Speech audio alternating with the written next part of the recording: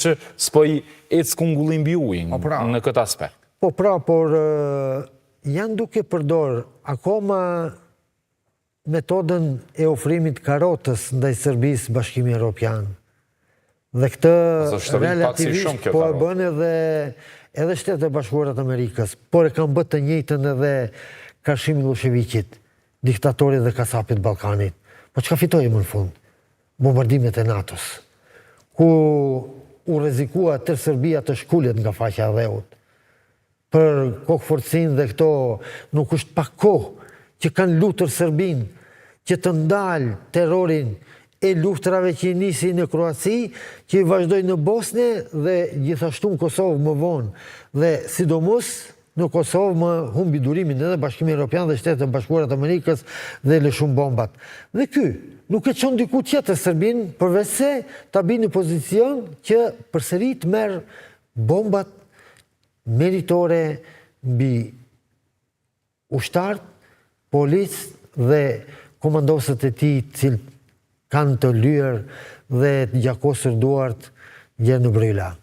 Mirë, cila besoni se jemi ka fundi një kësaj intervista, si besoni që është e ardhmja e kësaj proteste? Pra, çfarë do ndodhë në ditë javët në vazhdim në Serbi? A mund të parashikohet, a mund të ketë parashikim politik, le të themi? Një zgjidhje e lehtë politike mes vetit të arrijnë studentët dhe presidenti Vučić është shumë e vështirë, por se do të vijë deri te zgjidhja është domosdoshme. Absolutisht do të vijë dhe çfarë metoda do të përdoren, po dyshoj se pa e pagu haraqin që ka bë në Kosovë presidenti Vučić, ushtria serbe, policia serbe, në mes veti, sigurisht se nuk mund të gjejnë rrugën e zhvillimit dhe ecjes tyre. Dhe në këtë sens, studentët nuk e kanë në plan të ndalen, nuk e kanë plan të tërhiqen dhe lëvizjes studentore, po e ripërsërisë njerë, gjithmonë kanë dalë triumfuese, do të dalin edhe kësaj radhe. Por jo shumë më të mirë se ky pushtet. Në raport me shqiptarët, raport me shqiptarët dhe Kosovën jo më të mirë. Prandaj edhe shqiptarët në Preshevë, Medvegje, Bujanoc e shohin me rezerva, po thanë. Vazhdimisht kemi kërkuar për këto 100 vite të kaluara, sidomos këto 20-25 vite të kaluara pas luftrave që të ribashkohemi me Republikën e Kosovës. Atje ku nuk do të kemi luftë kur maska. Atje ku nuk do të jemi të shtypur kur prej askujt. Atje ku do të ndihemi të lirë. Do të flasim e këndojmë Shqip, do të lindim e vdesim Shqip. Në Serbi, sot është jeta shumë e rëndë. Për shqiptarët, përfundimisht është shumë e rëndë. Shkojnë serbët edhe përtej atyre kufive të lejueshëm, përpiqen që të gjejnë akoma shqiptarë ndershëm, që t'i thonë rroftë Serbia, për t'i dhënë një vend pune, për t'i dhënë një lek, apo të njajshëm.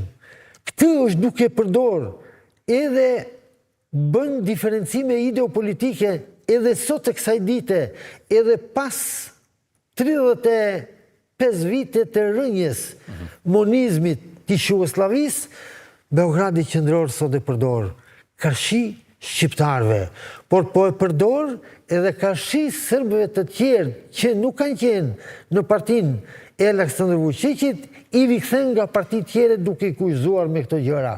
Dhe kjo është e pafalshme në kohën e demokracisë. Kjo ka ndodhur në kohën e komunizmit. Fatkeqësisht dhe mjerisht, edhe në Shqipëri, edhe në Serbi, edhe gjithandej, edhe në Rusi, edhe gjithandej. Por jo sot, nuk guxon ta bëjnë ndaj shqiptarëve.